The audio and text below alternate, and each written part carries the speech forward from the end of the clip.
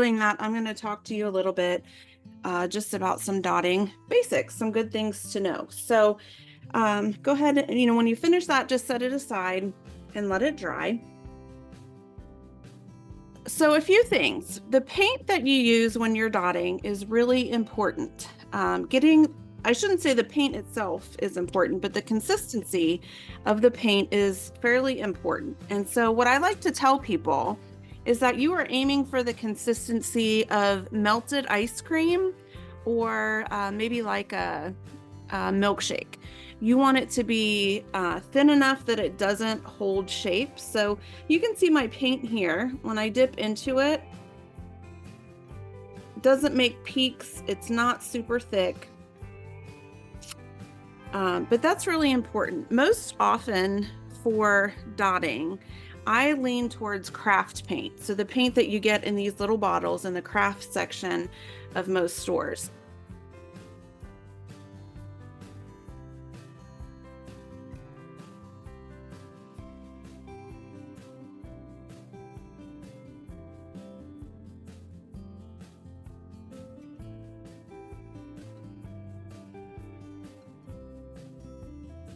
You want it to be the right consistency so that when you're making your dots, it works out really well. So that's important. So sometimes if your paint sits out too long, it might get a little thicker because the water and the fluid is evaporating from that.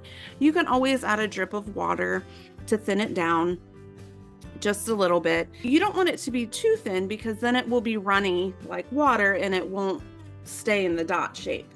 So I'm going to show you, I'm going to put on the screen here. All right. So when we make our dots and look at the fluidity of the paint here.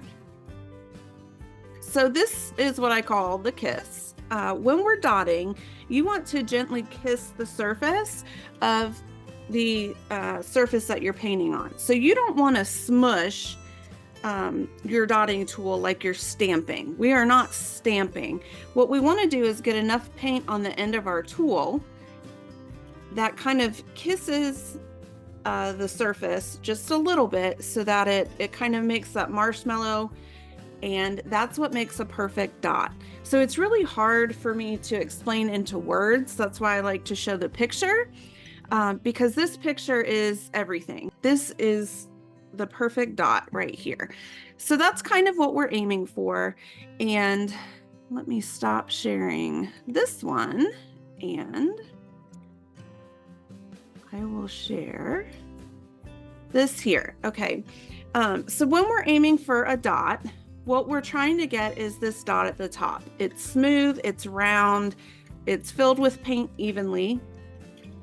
So some common dot mistakes. The first, you'll see that there's ripples, an area of unevenness. It means you don't have enough paint on your tool. You want to have plenty of paint on the tool that you're using, and I'll show you what that looks like before we get started. You don't want to have a peak or mountain, like a little Hershey Kiss. That means your paint is too thick. You don't want it to hold shape. You want it to kind of melt down a little bit. And if you have areas of unevenness, it looks similar to kind of the first little error up there. It's because you're stamping your tool. You don't want to push down too hard.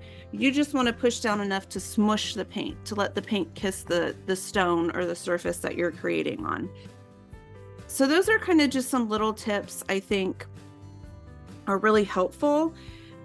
When you dip your tool into the paint, regardless of which tool you use, and there's different kinds, we'll talk about those, you want to make sure that the paint comes up over the edge of the tool.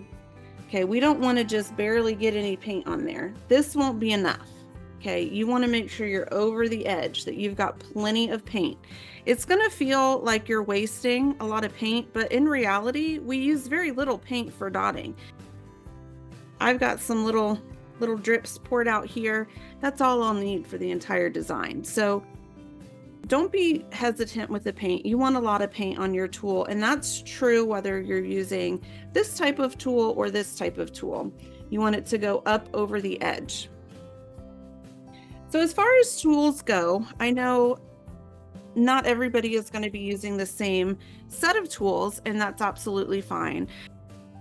Most often I will use this set here. This is just a Craft Smart set from Michaels, and it's got a variety of sizes, and I use it for almost everything. But there are sets you can get off Amazon.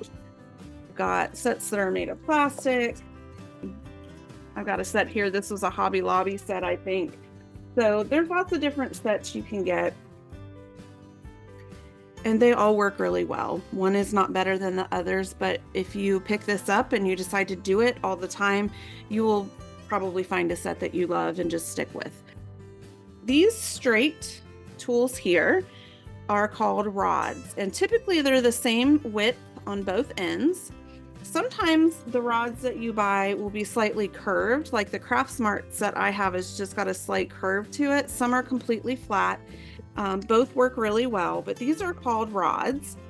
And the tools that you have that have these little metal pieces on the ends are called styluses. And so these were first invented and used for paper tooling, engraving on paper, things like that, but the dot world kind of stole them. Nail artists will use them sometimes, but these are called styluses, and styluses are typically different sizes on different ends. And so it's more important that you kind of use your judgment in the design based on how much room you have to complete the steps. So we're all using slightly different tools and probably different surfaces. We'll be able to work through this fairly easily so that we all get a beautiful result regardless of the tools that you use.